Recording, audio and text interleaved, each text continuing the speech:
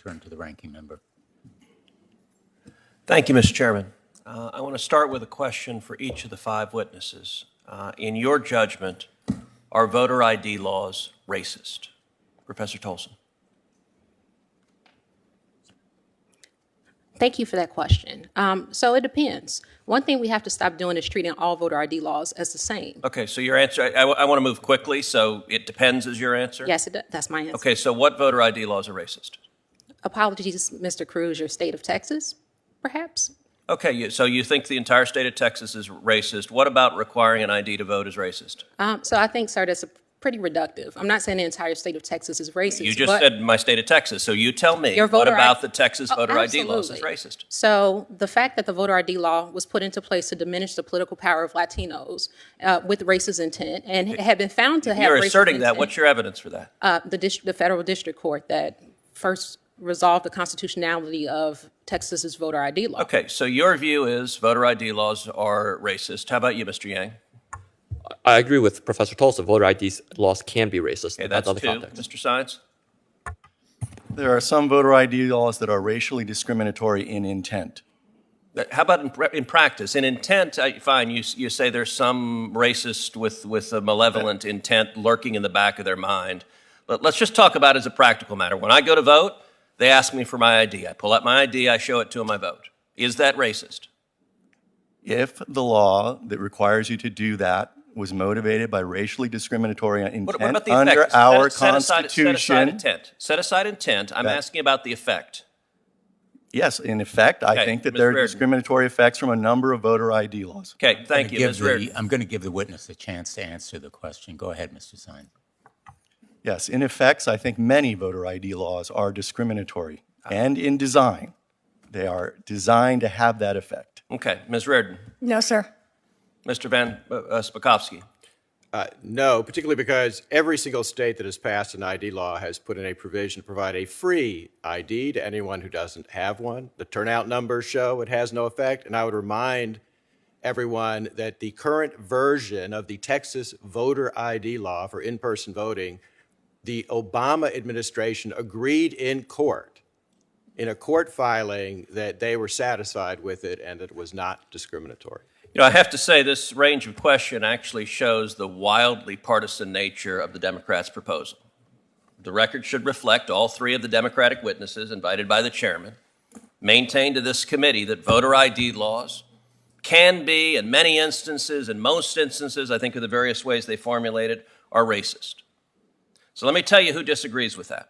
35 states across the country disagree with that because 35 states have voter ID laws in effect. But not just 35 states. 81% of voters in America disagree with the radical views proposed by the Democrats and the Democratic witnesses. Not just 81% of Americans. 77% of black voters in America support voter ID laws. 78% of Hispanic voters in America support voter ID laws. MALDEF should think about that. 81% of low-income Americans support voter ID laws. And yet, what this bill is about is putting radicals in charge of saying, if you require an ID to vote, that is racist and must be struck down. This is all about partisan power. Now, DOJ has also said, under the Biden administration, that it is not going to presume that a state acts lawfully if it simply returns to pre-COVID voting laws. Ms. Reardon, Mr. Van Spakovsky, what does that tell you if they say after a pandemic, if you go back to the laws that existed before, DOJ is not going to assume that that's okay? What does that tell you about the partisan nature of DOJ?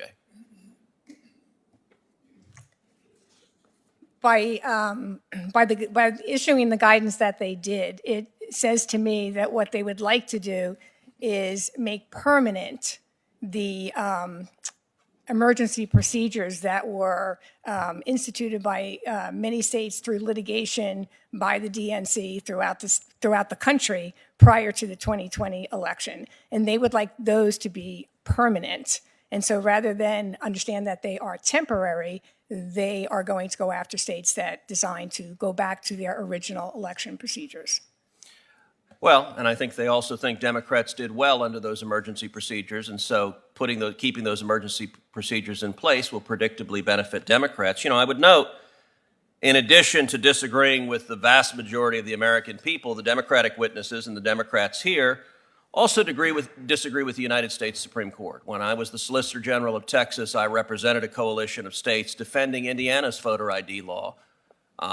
Before the U.S. Supreme Court, a group of plaintiffs challenged that. It went to the Supreme Court, and the Supreme Court, by a vote of 6-3, upheld Indiana's voter ID law. Not only did they do so, Justice John Paul Stevens, one of the lions of the left, wrote the majority opinion where he said voter ID laws protect the integrity of elections. And yet, sadly, too many Democrats today don't want to protect the integrity of elections.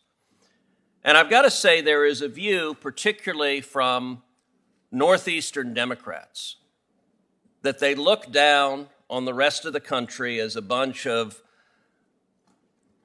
bigots and overalls, their Southern cousins who are too oafish to be as enlightened as they are. And I have to say, there's an incredible hypocrisy in that states like Georgia and Mississippi have a higher black voter registration rate than states like Connecticut, the chairman's home state. They have higher black voter turnout rates than states like Connecticut. They have a lower gap between black and white turnout than in states like Senator Blumenthal's Connecticut. And in fact, states like Georgia and Mississippi, African Americans vote at a higher rate than white voters, and in Texas, they're basically equal. One of the sad realities of today's Democratic Party is they define race as follows. If you're a Democrat, you qualify. So under the Democratic view, I'm not Hispanic. Senator Padilla is. If you're a Democrat, you're an Hispanic. My abuelo and abuela would be very surprised to discover I wasn't Hispanic. But that's how Democrat views it. That's how the radicals in the civil rights division view it. And I will point out as an example, this committee, one federal district judge in the state of Texas, Jason Pulliam, is an African-American judge nominated by President Trump, sat at this table, presented superbly. The Democrats had no criticism, and every single Democrat on this committee voted against him. Why?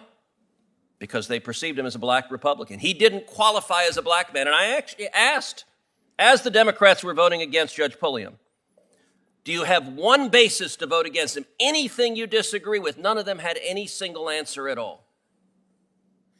This hearing's about one thing. It's about power, and it's about ensuring Democrats stay in power. That's cynical, and it's at the expense of democracy and the right of voters to express their will through free and fair elections.